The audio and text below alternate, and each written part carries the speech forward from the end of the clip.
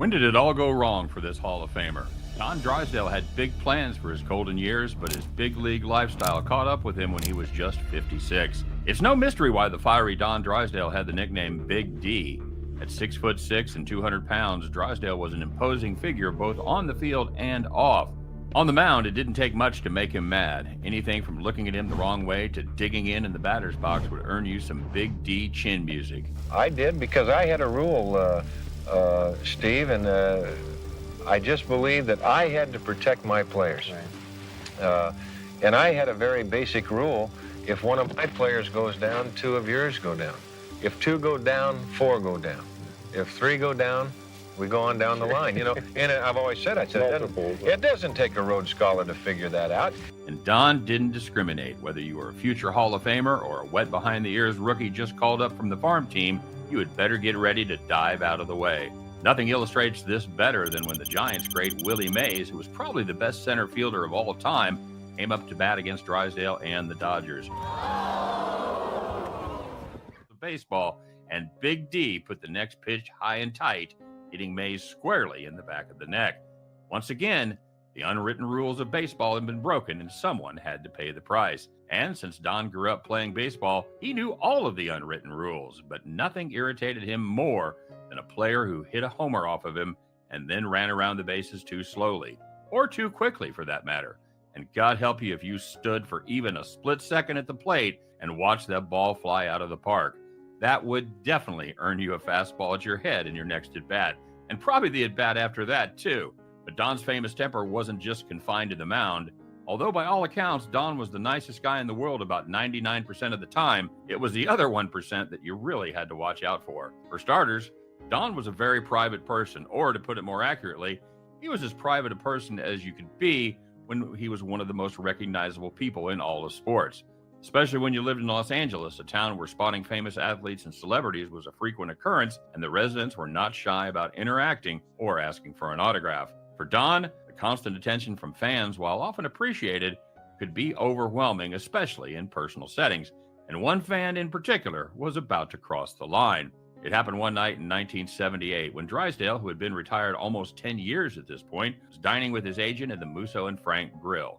This place was everything you think of when it comes to old school Hollywood, and despite opening in 1919, it's still going strong today. Now, while they ate their appetizers, Don noticed a woman at the bar who kept staring at him. Although being recognized in public was nothing new, especially in LA, there was just something about this woman's demeanor that Don just didn't like.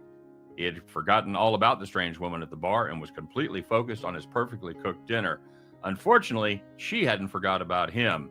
Out of the corner of his eye, he saw her leave the bar and walk toward their table, except she was not exactly walking.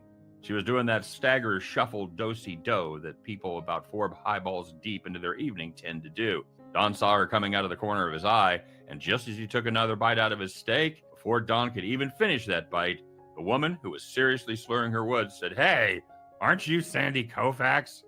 Don thought to himself, that's strike one.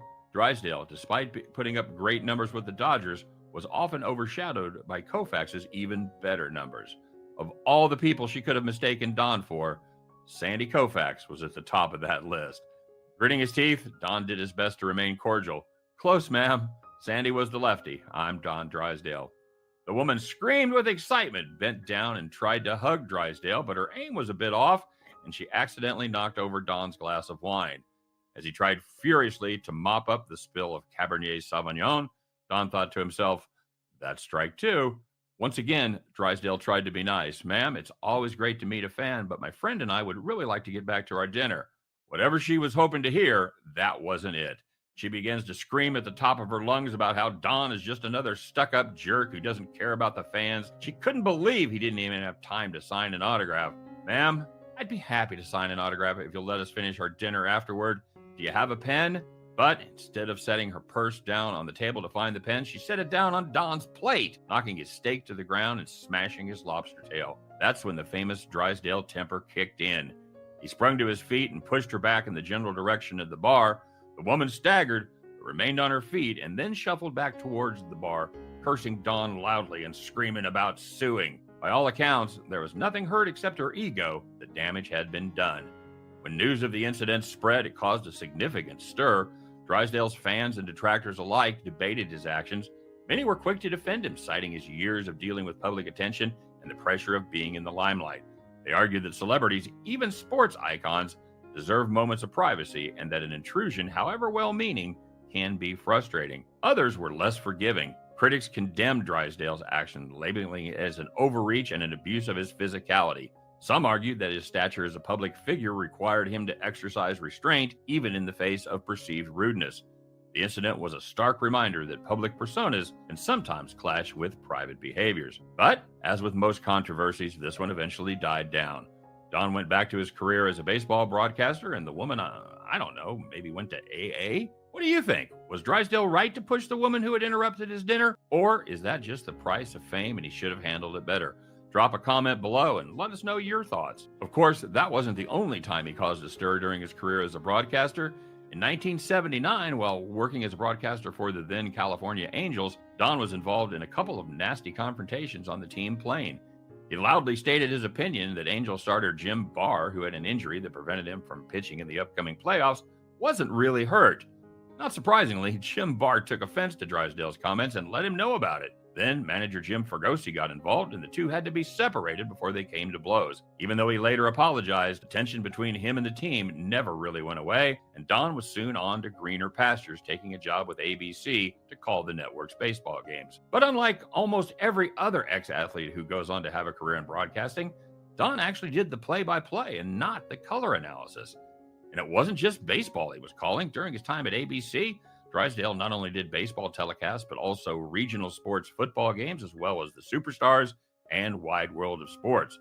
Things were going great for Don, and in 1993, when he was just 56 years old, looking forward to another decade or two in the booth, fate had other plans.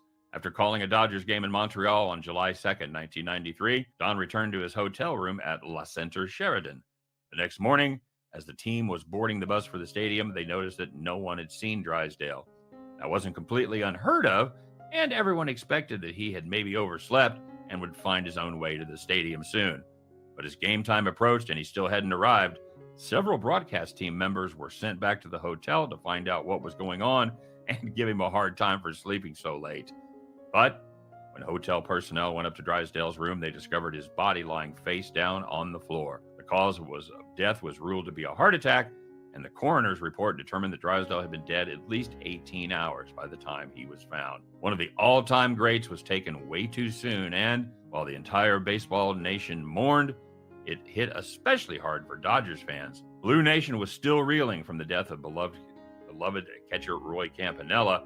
The scrappy backstop had also died of a heart attack, and it had come just a week before Drysdale's sudden passing.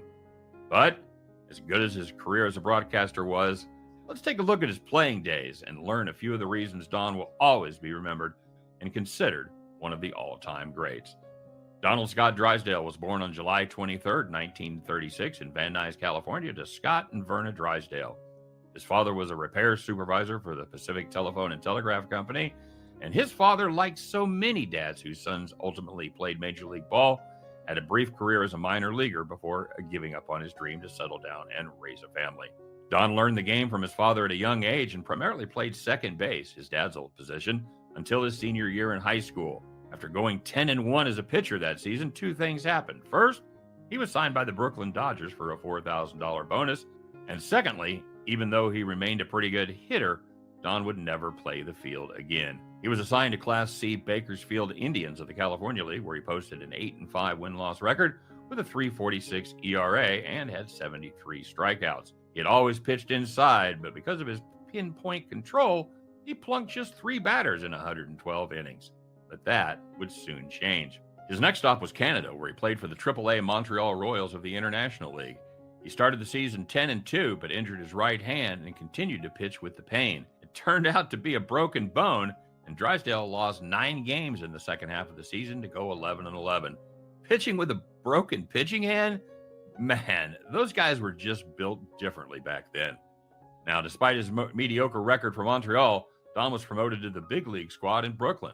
It didn't really matter if he was ready or not. The Dodgers had already lost Johnny Podres to the Navy. Billy Lowe's, Don Besson, and Carl Spooner got hurt. Ready or not, here came Big D. He pitched in 25 games, making 13 appearances out of the bullpen and picking up 12 spot starts.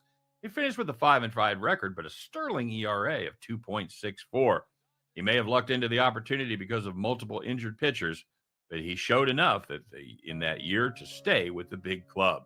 In fact, despite the fact he had just turned 20 during the season, Don never pitched in the minors again. In 1957, in what would be the Dodgers' last year in Brooklyn, Don was promoted to the rotation. He also began to get a reputation as a headhunter, especially after he ignited one of the biggest brawls in MLB history. It all started on June 13th, 1957, against the Milwaukee Braves. Big D definitely didn't have his best stuff that day, and he gave up a home run to Bill Bruton to start the game. In the second inning, Bobby Thompson doubled and came home on a double by Carl Sawatsky. That brought Bruton to the plate again, and again, he connected with a flat Drysdale fastball and, for the second time, parked it beyond the left field fence. That made the score 4-0 and brought up Johnny Logan to the plate. Now, to quote Drysdale, Logan was strutting around up there and digging in, showing me his teeth and acting like he owned the place.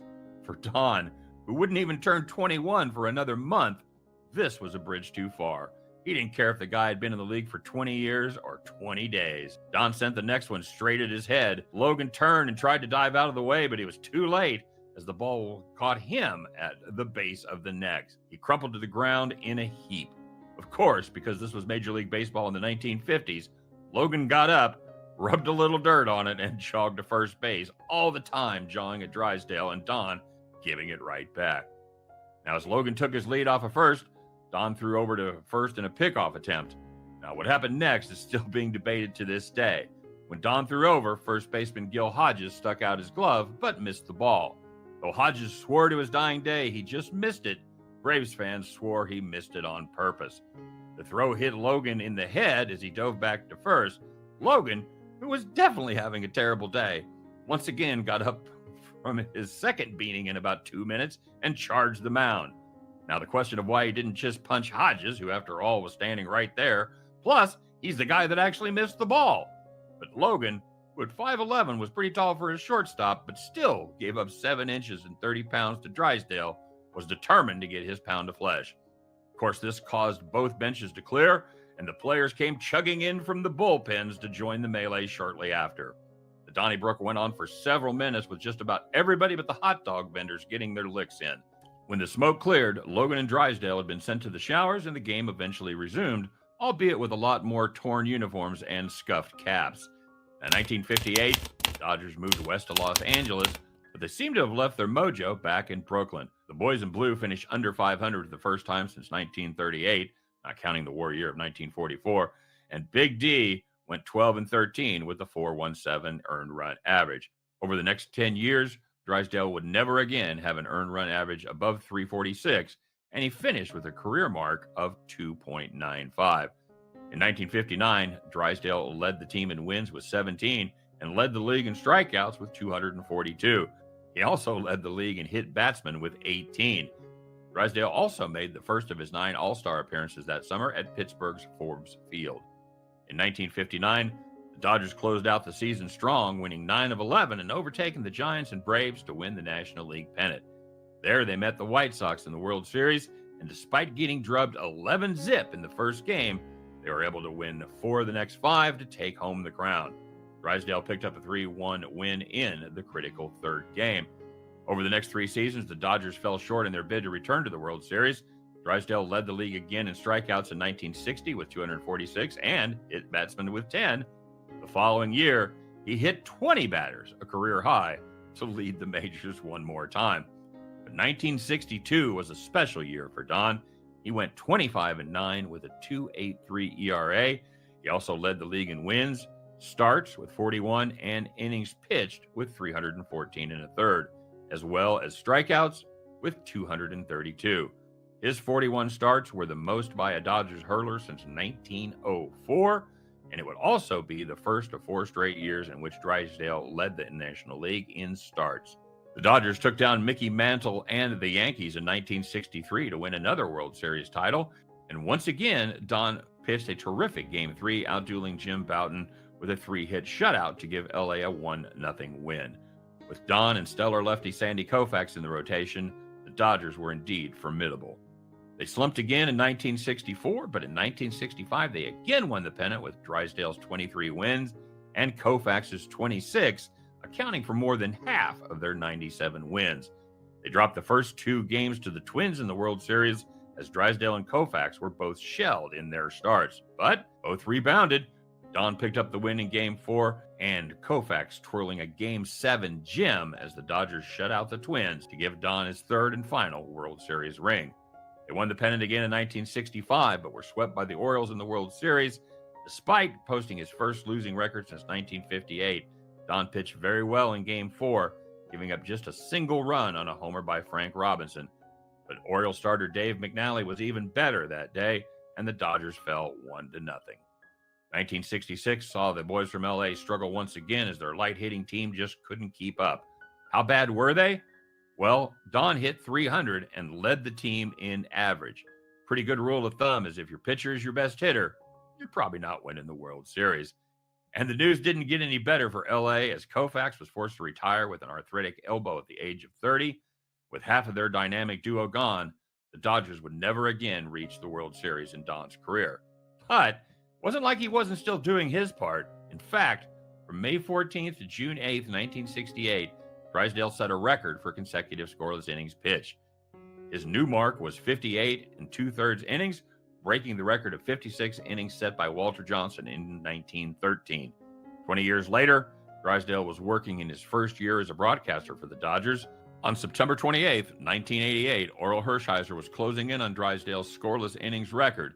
When Hershiser tied the mark pitching against San Diego, he asked to be removed from the game out of respect for Drysdale and his record. But manager Tommy Lasorda and pitching coach Ron Peranowski persuaded him to go for the record, and he set a new record, 59 scoreless innings.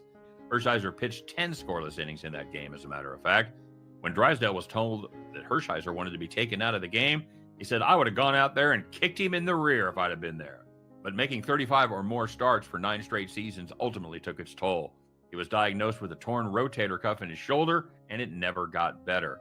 After making just 12 starts in 1969, Don retired after 14 years in the bigs. In those seasons, he compiled a record of 209 and 166 with an ERA of 2.95. He also struck out 2,486 batters, posted 49 shutouts, and hit 154 batters. He struck out 200 or more 6 times. He also hit 29 home runs, which is 6th all-time for pitchers. He was 3-3 in the World Series with an ERA once again of 2.95. He was a very good pitcher, although he was sometimes overshadowed by Koufax. And in 1984, his 10th year of eligibility, his greatness was finally recognized and he was elected to the Major League Baseball Hall of Fame. Thanks very much for watching, and we would really appreciate it if you would like this video and subscribe to our channel. And please drop us a comment and let us know if you remember Don either as a pitcher or as a broadcaster. He was truly one of the greats, and we would love to hear your memory. Mark Fidrych died at 54, found trapped under his dump truck on his farm in 2009. His sudden death shocked baseball fans, but the real tragedy came decades earlier. A career-ending injury misdiagnosed as just a tired arm robbed us of seeing the bird soar.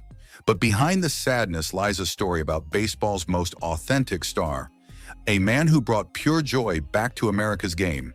The summer of 1976 belonged to Mark Fidrych, a lanky, curly-haired kid drafted in the 10th round by the Detroit Tigers. Nobody expected much from the 21-year-old rookie. That changed fast. After making the roster as a non-roster invitee, Fidrych stunned fans with his May 15th debut, a complete game victory allowing just 2 hits against Cleveland. But it wasn't just how he pitched, it was how he played. Fidrych talked to the baseball before throwing it. He got down on his knees between innings to groom the mound with his hands. He bounded off the field after good plays and thanked teammates with childlike enthusiasm.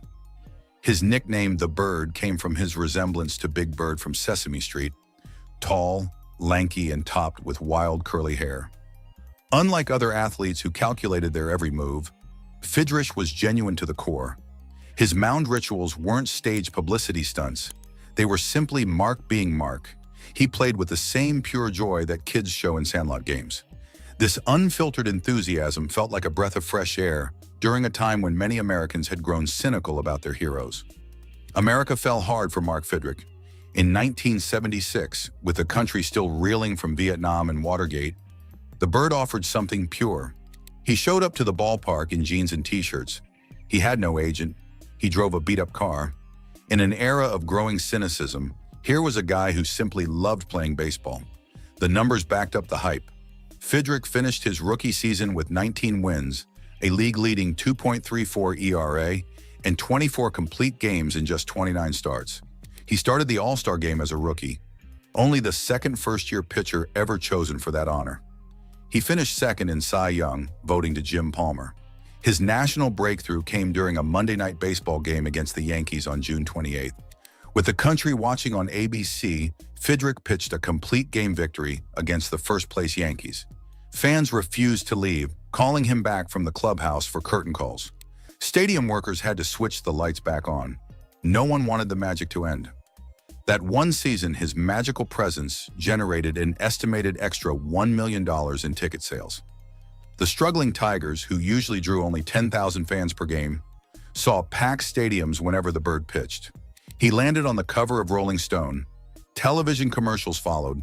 Baseball hadn't seen anything like him. Half of the extra ticket revenue came just from his 18 starts at Tiger Stadium, where fans packed the seats to see this pitching phenomenon with personality unlike any other. The first blow came in spring training of 1977. While shagging fly balls in the outfield, Fidrych tore cartilage in his left knee. It seemed like a small setback, but it delayed his much-anticipated season debut and subtly altered his pitching mechanics. Fans waited anxiously for his return, wondering if he could repeat the magic of his rookie year. When he first came back from the knee injury, hope soared. His first start was another complete game gem, suggesting that maybe the setback was just temporary. The Bird seemed ready to fly again, picking up right where he left off during his supernatural rookie season. Then came July 4th, 1977, the day everything changed. During a game against the Baltimore Orioles, Fidrych felt his arm go dead. Team doctors dismissed it as merely a tired arm or tendinitis. Nobody suspected the truth. The medical technology of the day simply wasn't advanced enough to properly diagnose what had really happened. Pushing through what he later described as crippling pain, Fidrych tried to keep pitching. "If you can't perform, you're gone. So you fool them as much as you can," he later admitted.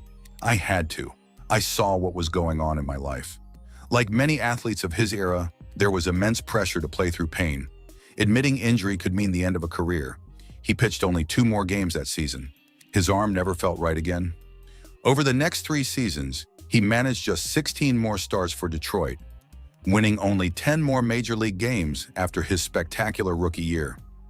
The numbers tell a heartbreaking story of decline, from a 19-9 record with a 2.34 ERA in 1976 to just fragmentary appearances afterward. What no one knew, what wouldn't be diagnosed until 1985, 2 years after he had already been forced to retire at age 29, was that Fidrych had torn his rotator cuff. The damage was catastrophic. By the time famed sports doctor James Andrews finally found the real problem, years of pitching through the injury had made recovery impossible. By the late 70s, the magic had started to fade. But even if you couldn't catch him in his prime, there's still plenty of baseball joy to discover today. And that's where Fubo comes in. With live access to MLB games, team coverage, and more, it's the ultimate way to keep that baseball spark alive, just like the Bird did. Despite his career ending so abruptly, Mark Fidrych never complained. Not once. No bitterness, no what-ifs. Instead, he returned to his roots in Northborough, Massachusetts, bought a 107-acre farm, and built a quiet, happy life far from the spotlight. When the Boston Red Sox signed him to a minor league deal in 1982, fans still packed stadiums to see the Bird pitch for AAA Pawtucket. Even 6 years past his prime and struggling with his form, Fidrych's charm hadn't dimmed. After retiring in 1983, he embraced small-town life. He fixed up his farmhouse. He worked as a contractor, driving a 10-wheel dump truck hauling gravel and asphalt. He helped out at his mother-in-law's diner, Chet's Diner, which his daughter later took over. His former teammates marveled at how fame never changed him. Tigers shortstop Alan Trammell put it simply, he never changed. Hall of Famer Jim Palmer lamented baseball will miss him because he didn't have as long a career as everybody would have liked. Fidrych got married in 1986 to Ann, and they had a daughter, Jessica. On weekends, you'd find him at the local baseball field, teaching kids the game he still loved. When a reporter once asked who he'd invite to dinner if he could have anyone in the world, Fidrych answered, "My buddy and former Tigers teammate, Mickey Stanley, because he's never been to my house." In a sport increasingly dominated by corporate thinking and stat analysis, the Bird showed that success didn't need to be measured by career length or record-breaking numbers. His impact came from authenticity and unbridled joy. He touched more lives in one season than most players do in 20. Carney Lansford, who played against Fidrych, summed it up. "I don't think you'll ever see someone like that come around again. He was just great for the game. That's what the game needed, more guys like him. Colorful. He was one of a kind." On April 13, 2009, a friend found Mark Fidrych's body beneath his 10-wheel Mack dump truck at his farm. The fun-loving pitcher who would routinely talk to the baseball was found dead this afternoon, the victim of an apparent accident on his family farm in suburban Boston. Police say Fidrych was found by a family friend underneath a dump truck outside his home at around 2:30 this afternoon. He was 54. The medical examiner determined he died from accidental asphyxiation when his clothing caught in the truck's power takeoff shaft while he was underneath doing maintenance.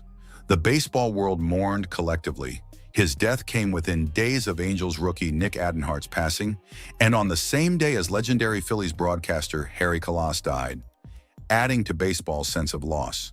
There's a cruel symmetry to Fidrych's story. His career was cut short by an unseen, misdiagnosed injury. His life ended through a hidden mechanical danger. Both times, something invisible took away what should have been his.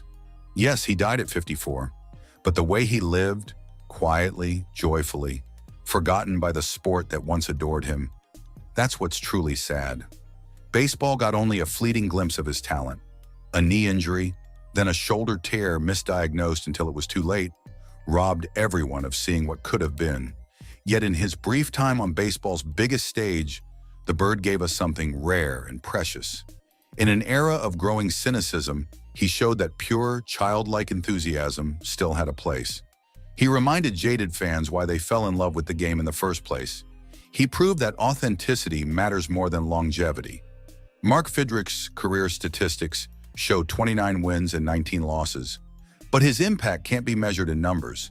It lives in the memories of anyone lucky enough to see him play, talking to the baseball, grooming the mound, bouncing around the field with unbridled joy.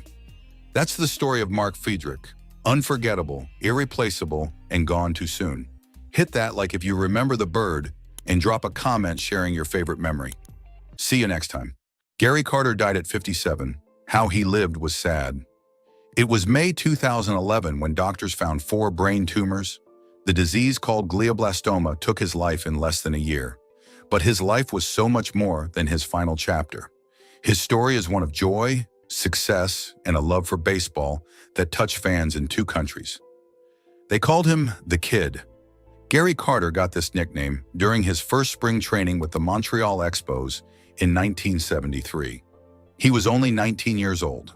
Carter tried to win every sprint and hit every ball out of the park. His huge smile and endless energy became his trademark. Carter played catcher, one of the toughest positions in baseball. His body took a beating, but he rarely missed games. His manager with the Mets, Davey Johnson, called him a horse because he always wanted to play, even when hurt. He showed hustle, hustle, hustle every single day. His career stretched nearly 2 decades. He started with the Montreal Expos in 1974 and played there until 1984. Then he joined the New York Mets from 1985 to 1989. He had short stays with the San Francisco Giants and Los Angeles Dodgers before ending his career back with the Expos in 1992. The numbers tell the story of his great career. He hit 262 with 2,092 hits and 324 home runs. He drove in 1,225 runs. Carter made 11 All-Star teams and won 3 Gold Gloves for his defense. He also earned 5 Silver Slugger Awards for his hitting. In 2003, he was voted into the Baseball Hall of Fame. Carter was known for his defense behind the plate. He set a record by allowing only one passed ball during an entire season in 1978. He led National League catchers in putouts 8 times, assists 5 times, and double plays 5 times. He caught base stealers better than most catchers of his time. He was truly elite at his position. His offensive skills stood out too, especially for a catcher. He led the National League in RBIs in 1984. He had power that most catchers didn't have. His 298 home runs while playing catcher rank among the most all-time for the position. But what fans remember most was his joy. Carter played with a smile and boundless energy. He pumped his fist after big plays. He cheered for teammates loudly from the dugout. He signed autographs for kids before games. His love for baseball was clear to anyone watching. Carter was also known for his durability. The catcher position wears players down quickly. Most need many days off to rest. Not Carter. He wanted to play every single day. He often played through pain and injuries that would sideline other players. This toughness earned respect from fans and coaches alike. His most famous baseball moment came in the 1986 World Series. The Mets were 1 out away from losing to the Boston Red Sox in Game 6. Carter came to bat and hit a single. This started one of the most amazing comebacks in baseball history.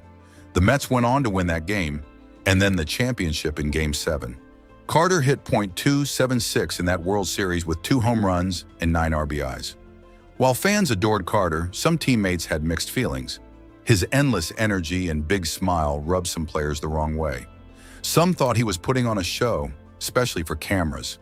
This earned him another nickname some teammates used, Camera Carter. The 1986 New York Mets were a wild bunch. Many players partied hard and lived rowdy lives off the field. Carter was different. He was religious, clean living, and devoted to his family.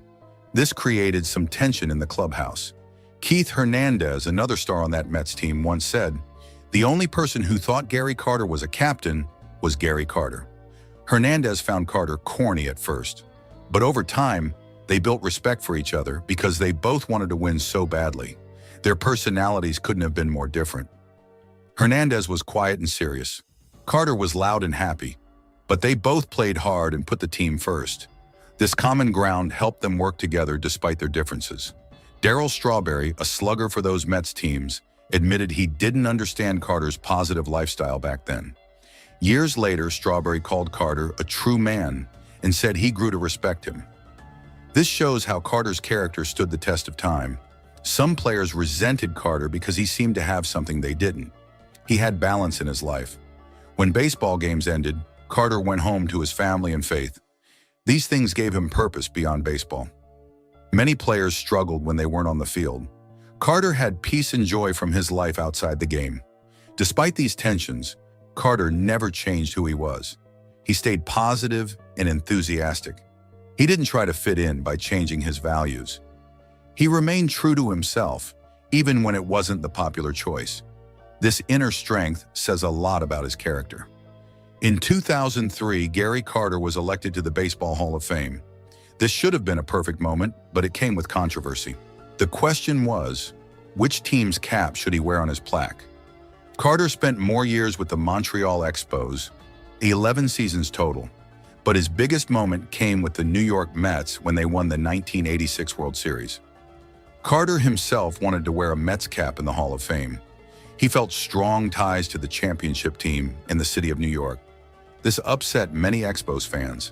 They saw Carter as the greatest player in their team's history. They pointed out that he played twice as many seasons with Montreal as he did with New York.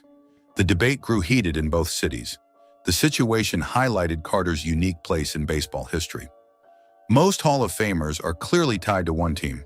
Carter had made lasting impacts on 2 different franchises in 2 different countries. His baseball identity was split between Canada and the United States. In the end, the Baseball Hall of Fame made the final decision. The Hall has the right to choose which cap appears on a player's plaque. Their goal is to represent history accurately. On January 16, 2003, they announced Carter would wear an Expos cap on his plaque.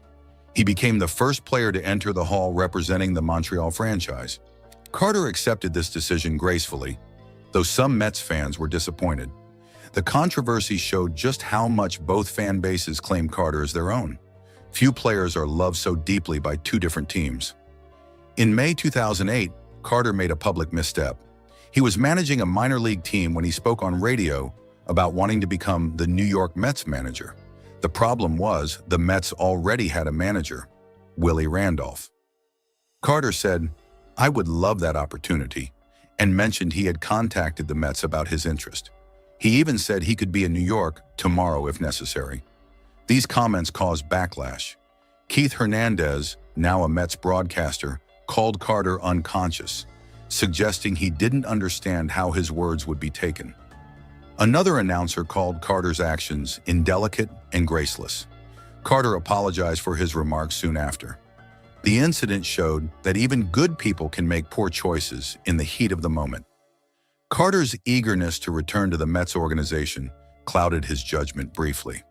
In speaking of passion for sports, if you love watching baseball the way Gary did, check out today's sponsor, Fubo.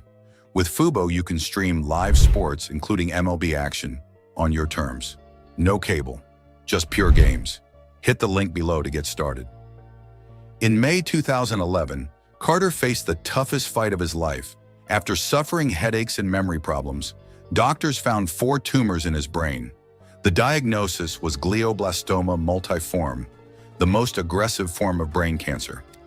Despite the grim news, Carter approached his illness with the same positive spirit he showed on the baseball field. His doctors noted that his physical strength and fighting attitude would help him in treatment. At 57, Carter was still in good shape from his active lifestyle. This gave him an edge in his battle. Carter underwent chemotherapy and radiation. The treatments were difficult and draining, yet he faced them with courage. Throughout his battle, he received support from family, friends, teammates, and thousands of fans across the baseball world. Many joined Team Carter to show their love. His daughter provided updates to the public, and people everywhere prayed for him. His faith gave him comfort during this difficult time. Carter had always been religious, and now his beliefs provided strength when he needed it most. Even as his condition worsened in early 2012, Carter maintained hope and courage. In January 2012, an MRI revealed additional tumors on his brain. The cancer was spreading despite treatment. Carter's health declined rapidly in the following weeks. On February 16, 2012, Gary Carter passed away in Palm Beach Gardens, Florida. He was 57 years old. News of Carter's death brought grief across the baseball world. Both Expos and Mets fans mourned the loss of their hero. Baseball lost not just a Hall of Fame player, but a true ambassador for the game. The tributes poured in from everywhere. Players, coaches, fans, and media all shared stories about Carter. They talked about his talent on the field and his character off it. His number 8 was retired by the Expos organization, and the Mets honored him in their Team Hall of Fame. Carter's impact went beyond baseball. He created the Gary Carter Foundation after losing his mother to leukemia when he was just 12 years old. The foundation helped children and supported cancer research. His charitable work showed that he cared about giving back to the community. People who knew Carter personally spoke of his kindness and how he made them feel special. Whether you were a teammate, fan, or just someone who met him briefly, Carter treated everyone with respect. His infectious joy and positive attitude left a mark on everyone he met. In Montreal, they remember him as their greatest star, the face of the franchise in its best years. In New York, they remember him as the final puzzle piece who helped bring a championship to the city. In both places, fans tell stories about his clutch hits, his defense, and most of all, his smile. Carter's story teaches us about living with enthusiasm and facing challenges with courage. His career had high points like the 1986 World Series and difficult moments too. But through it all, he remained true to himself. He showed that you can succeed without changing your values. The way Carter faced cancer also teaches us about dignity. He didn't hide from his illness. He fought it head-on with the same energy he brought to baseball. He showed strength until the very end. While Gary Carter died at 57, how he lived was anything but sad. He lived with joy. He died with courage. And he inspired more people than he ever knew. The kid with his big smile and pumping fist will forever be remembered in baseball history. Not just for his Hall of Fame talent, but for showing us how to approach life and face death with dignity and hope. Joe Morgan died at 77 from a cruel nerve condition that slowly took away his mobility. But what most fans never saw was the suffering behind his smile, the hidden torment of a baseball genius trapped in a body that betrayed him.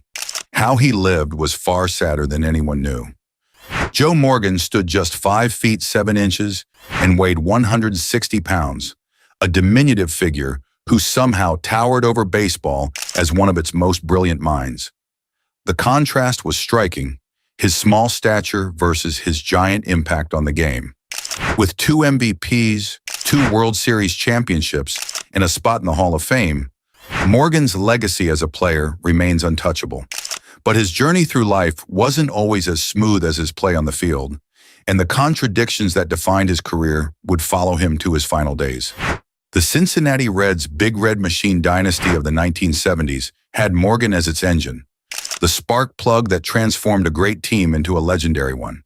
He wasn't just a talented player, he was a calculating strategist who understood the game at a deeper level than most, often seeing opportunities that remained invisible to others. His unorthodox batting stance with the famous chicken flap elbow movement made him instantly recognizable in an era before constant television coverage and social media. That strange rhythmic flapping left arm became his signature, something that announcers would point out and fans would mimic in the stands. While it looked peculiar, even comical to many, it helped transform him into one of the greatest second basemen in history, though few understood the mechanical reasoning behind it. What made Morgan truly special wasn't raw power or even blazing speed, but his extraordinary baseball intelligence that seemed to operate at a different level from his peers. He accumulated an impressive 689 stolen bases throughout his career, with an exceptional success rate over 80%, a statistical anomaly in an era when base running was far more aggressive but less scientific. This remarkable efficiency wasn't luck or coincidence. It was the result of careful calculation and obsessive study. Morgan spent hours analyzing pitchers' movements and catchers' throwing tendencies, looking for the slightest advantages that others missed. He could transform routine walks into immediate scoring threats, turning the simple act of taking a base into psychological warfare that forced opponents into costly mistakes. His base running wasn't just effective, it was demoralizing to anyone trying to contain him. One telling moment came in April 1975 against the San Francisco Giants. With the score tied in the 9th inning, Morgan found himself on third base. On a wild pitch, he broke for home, but deliberately slowed down to bait the catcher into making a rush throw. The strategy worked perfectly. The throw sailed wide, and Morgan scored the winning run. Later, he admitted to reporters that he'd intentionally held back to create the error. This kind of mental chess match was pure Morgan, always thinking 2 steps ahead. His aggressive base running sometimes led to confrontations. After executing a daring triple steal in one game, he found himself in a heated argument with an umpire and opposing catcher. Morgan wasn't just fast, he was fearless, willing to challenge anyone who stood in his way. The chicken flap batting stance that became his trademark actually came from practical advice. Early in his career with the Houston Astros, teammate Nellie Fox noticed Morgan kept his back elbow too low during his swing. Fox suggested he actively flap his arm like a chicken's wing to keep it elevated. Morgan adopted the technique, and that rhythmic movement before each pitch became inseparable from his identity as a player. "It kept my elbows out and got me ready to hit," Morgan explained. For a player who didn't fit the traditional power hitter mold, this adaptation worked brilliantly. The stance became so iconic that years after retirement, Morgan even led a crowd in the world's largest chicken dance at an Oktoberfest celebration, a playful nod to his famous batting style. After his playing days ended, Morgan transitioned to broadcasting, where he partnered with play-by-play announcer John Miller on ESPN's Sunday Night Baseball for 21 seasons. He received multiple Sports Emmy Awards for his commentary, becoming as familiar to a new generation of fans in the booth as he had been on the field. But this second career wasn't without controversy. From 2005 to 2008, a website called Fire Joe Morgan gained significant popularity. Created by comedy writers including Michael Schur, who later created shows like Parks and Recreation and The Good Place, the site criticized Morgan's perceived resistance to sabermetrics and newer analytical approaches to baseball. The site's sharp, often humorous critiques became influential in sports media circles. It was voted the best sports blog of 2007 by one website, and Sports Illustrated later named it one of the most influential sports blogs of the decade. The emergence of this criticism highlighted a generational shift in baseball analysis. The very baseball intelligence that made Morgan a great player was now being questioned in his role as a commentator. There's no record of Morgan's public response to the blog, but upon his death in 2020, its creators expressed regret about naming it after him. This poignant footnote reveals the human impact behind public criticism, even when the critique itself might be intellectually sound. Morgan showed his courage off the field as well. In 1988, he experienced racial profiling at Los Angeles International Airport when police officers accosted him, threw him to the floor, handcuffed him, and arrested him, suspecting him of being a drug courier. Morgan believed he was targeted solely because of his race. Rather than letting the incident fade away, Morgan fought back through the legal system. He filed a civil rights lawsuit against the officers and the city of Los Angeles. After a lengthy legal battle with conflicting testimonies and multiple trials, Morgan prevailed. A jury awarded him $90,000 in compensatory damages and $450,000 in punitive damages, later reduced to $100,000. Most importantly, a federal court upheld his claim that his civil rights had been violated. This wasn't the only time Morgan stood firm on his principles. In 2017, as vice chairman of the Baseball Hall of Fame's board, he wrote a passionate letter to voting members of the Baseball Writers Association of America. In it, he urged voters to deny entry to players strongly linked to performance-enhancing drugs. "We hope the day never comes when known steroid users are voted into the Hall of Fame," he wrote. "They cheated. Steroid users don't belong here." Morgan conveyed that many living Hall of Famers shared this sentiment and might boycott future induction ceremonies if known steroid users were admitted. Both his stand against racial profiling and his position on performance-enhancing drugs revealed a consistent pattern. Morgan was willing to publicly defend his principles on contentious issues, regardless of potential disagreement or backlash. In his final years, Morgan battled the relentless progression of polyneuropathy, a debilitating nerve condition that slowly and mercilessly robbed him of control over his body. The disease attacked his nervous system with cruel precision, gradually diminishing the physical capabilities that had once made him exceptional. For a man who had lived for motion and sharpness, whose entire identity and career were built on physical precision and lightning-quick mental acuity, this steady deterioration was a particularly savage twist of fate. The hands that once turned double plays with millisecond timing grew unresponsive. The legs that had terrorized catchers became unreliable. The body that had been his greatest tool became his prison. He passed away on October 11, 2020, at his home in Danville, California, finally free from the physical constraints that had come to define his later life. The diagnosis naturally led many observers to reflect on the extreme physical toll exacted by a long, demanding professional baseball career at the highest level. While doctors established no direct causal link between his playing days and the polyneuropathy, the shadow of doubt remained. Morgan's 22 seasons of aggressive, all-out play, the headfirst slides, the collisions, the constant physical stress, had undoubtedly placed immense cumulative strain on his relatively small frame. The painful irony wasn't lost on those who knew him well. The same physical intensity that made him exceptional may have contributed to his suffering. The man who once controlled his body with supernatural precision ultimately lost that control entirely. Joe Morgan's story transcends baseball statistics. He was a man who achieved athletic greatness through intelligence and adaptation rather than physical dominance. He navigated the complex transition from player to commentator during a time when the very nature of baseball analysis was evolving, and he stood firm in his convictions, whether fighting racial injustice or defending the integrity of the game he loved. In the end, the fearless, flapping genius who once ruled second base was reduced to a quiet struggle against a betraying body. Friends, fans, and even critics were left to contemplate the full picture of Joe Morgan. A hero, but a complicated one. A man whose brilliance on the field was matched by his willingness to fight for what he believed in, off it. The baseball world lost more than a Hall of Famer when Joe Morgan died.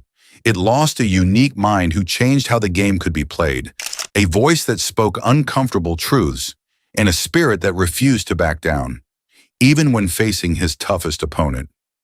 His story remains a powerful reminder that greatness often comes with a price. Doc Ellis died at 63 from liver disease, but how he lived was both sad and inspiring. This Pittsburgh Pirates pitcher became famous for claiming he threw a no-hitter while high on LSD. But his story goes much deeper than that wild moment. Ellis was born in Los Angeles in 1945. He started drinking and using drugs at just 14 years old. During high school, he got caught smoking marijuana in the bathroom. The school gave him a choice: get expelled or join the baseball team. That decision changed everything. Despite his early troubles, Ellis had amazing talent. He played 12 seasons in Major League Baseball from 1968 to 1979. His best years came with the Pittsburgh Pirates, where he helped win the 1971 World Series. That same year, he made the All-Star team and won 19 games. Ellis finished his career with 138 wins and 119 losses. He had a 3.46 ERA and struck out 1,136 batters. These numbers show he was truly gifted on the mound. But his biggest fame came from one bizarre game on June 12, 1970. That day, Ellis pitched a no-hitter against the San Diego Padres. Years later, he claimed he was high on LSD during the entire game. He said he took the drug on Thursday, but thought it was still Thursday when he took more on Friday. Then someone reminded him he had to pitch that night. Ellis described a surreal experience. He said he couldn't feel the baseball or see the batter clearly. The ball looked like it was changing size. His catcher, Jerry May, had to use reflective tape on his fingers so Ellis could see the signals. Despite walking 8 batters, Ellis completed the no-hitter with help from great defense. Some people believed his story. Others thought he made it up. Bob Smisak, who first reported the story in 1984, believed Ellis. But other reporters who were at the game said Ellis seemed normal. They noted his late arrival would have been obvious to everyone there. Whether true or not, the LSD story became Ellis's biggest claim to fame. He later regretted this because it overshadowed everything else he accomplished. The story fit with his reputation as baseball's most rebellious player. Ellis was known for his wild behavior on and off the field. In August 1973, he walked onto Wrigley Field wearing hair curlers during warm-ups. This shocked his teammates and manager Bill Verdon. Commissioner Bowie Kuhn ordered him to stop, threatening fines and suspension. Ellis complained this was a racial double standard, pointing out that white players like Joe Pepitone wore hairpieces without punishment. The following year, Ellis intentionally hit 3 Cincinnati Reds batters in the first inning: Pete Rose, Joe Morgan, and Dan Drysdale. He openly admitted he was trying to hit every Reds player he faced. The Reds had made insulting comments about the Pirates, and Ellis wanted revenge. Both teams sued each other, but the charges were eventually dropped. Ellis also burned his pitching charts in the clubhouse while playing for Oakland in 1977. This triggered the sprinkler system. He called this the craziest thing he ever did during his career. These incidents made Ellis look like just a troublemaker. But there was much more to his story. He was actually fighting important battles for racial equality and player rights. Ellis was one of the most vocal black players of his era. He constantly spoke out against racism in baseball. In 1971, he started when the Pirates fielded the first all-black lineup in MLB history. This was a powerful statement about black talent in the sport. Jackie Robinson himself wrote Ellis a letter praising his courage. Robinson said Ellis was making real contributions by standing up for what was right. Fellow player Willie Crawford noted that Ellis fought for equality while still playing, even though it put his job at risk. Ellis also served as a player representative for multiple teams, including the Pirates, Yankees, and Rangers. He was part of the core group that helped implement free agency in baseball. During one confrontation with Texas Rangers manager Billy Hunter, Ellis resigned as player rep after Hunter told him to sit down and shut up. Ellis famously replied that his father was the last man who could tell him that. The team owner sided with Ellis, and Hunter was eventually fired. But Ellis's biggest battle was with himself. He struggled with severe addiction throughout his career. He claimed he never pitched a game without using amphetamines like Benzedrine and Dixamyl. He needed 70 to 85 milligrams per game just to perform. By the late 1960s, he was also using cocaine regularly. The pressure of being labeled a can't-miss prospect made things worse. Ellis used drugs to cope with the stress and expectations. His substance abuse affected his relationships with teammates and managers. It also contributed to the end of his marriages. Ready to catch every moment of today's baseball action? Just like Ellis challenged the game's norms, you can break from ordinary TV with FUBO, your ultimate sports streaming destination. Stream every game live and never miss the excitement. Get started with FUBO today. Ellis's addiction shortened his career and damaged his health. Friends and family believed his heavy drinking and drug use could have hurt many people around him. The substances took a toll on both his physical and mental health. Ellis himself said he had a chance to injure a lot of lives because of his drug use. His erratic behavior became worse when he was using drugs and alcohol. This created conflicts with managers and teammates throughout his career. The addiction affected every part of his life, making him unpredictable and difficult to work with. But Ellis's story doesn't end with addiction and controversy. In 1980, after retiring from baseball, he made the most important decision of his life. He entered drug treatment and achieved sobriety. He stayed clean for the rest of his life. Ellis sought help from former pitcher Don Newcomb, who specialized in addiction counseling. He spent a month and a half at an Arizona treatment facility. This marked the beginning of his transformation from troubled athlete to dedicated advocate. After getting sober, Ellis devoted his life to helping others fight addiction. He worked in treatment centers and prisons across the country. He became director of the Substance Abuse Program at the California Institute for Behavioral Medicine in Los Angeles. He also worked as a drug counselor in Victorville, California. Ellis counseled current MLB players struggling with addiction. As recently as 2005, he was teaching weekly classes for people convicted of driving under the influence. His commitment to helping others never stopped. Even during his playing days, Ellis showed his caring side. He regularly visited Pittsburgh's Western Penitentiary in the early 1970s to offer advice to inmates and advocate for prison reform. After sobriety, this work became his life's mission. Ellis became a powerful motivational speaker. He spoke to young people and inmates about avoiding drugs and learning from his mistakes. He often became emotional during these talks, sharing how addiction had damaged his relationships and career. In 1971, Ellis co-founded the Black Athletes Foundation for Sickle Cell Research, alongside other black athletes. This was personal for him since he was diagnosed with sickle cell anemia at age 17. The foundation raised money for research and treatment of this serious condition. Ellis's transformation was remarkable. Filmmaker Jeffrey Radice called him a flawed hero, whose heroic quality came from his ability to take stock of who he was and make changes by confronting his addiction. Radice's film aimed to foster deeper respect for Ellis as a man and human being. Despite his charitable work and counseling efforts, Ellis struggled with public perception. Many people still saw him as just a hostile ball player. His acts of charity and conscience often went unpublicized. The media preferred to focus on his controversial moments rather than his positive contributions. This shows how hard it can be to overcome a controversial past, even when someone makes genuine positive changes. Ellis's legacy remains split between his sensational stories and his meaningful transformation. His post-retirement work as an addiction counselor was not just a career choice, but a deeply personal mission. He used his past mistakes as powerful teaching tools, which gave him unique credibility when helping others. This showed that his flawed past became his greatest asset in his second career. Ellis died on December 19, 2008, at age 63. Liver disease from his years of heavy drinking ultimately claimed his life. Even decades of sobriety couldn't undo all the damage from his earlier substance abuse. His death was a reminder of addiction's long-term effects. But Ellis's later life proved that people can overcome their worst struggles and help others do the same. Doc Ellis was far more than his controversies. He was a talented pitcher, brave activist, and dedicated counselor. His journey from addiction to advocacy shows that even flawed heroes can shine a light for others. His story reminds us that redemption is always possible, no matter how far someone has fallen.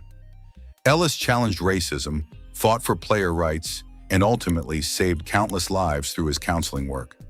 That's the legacy that truly matters.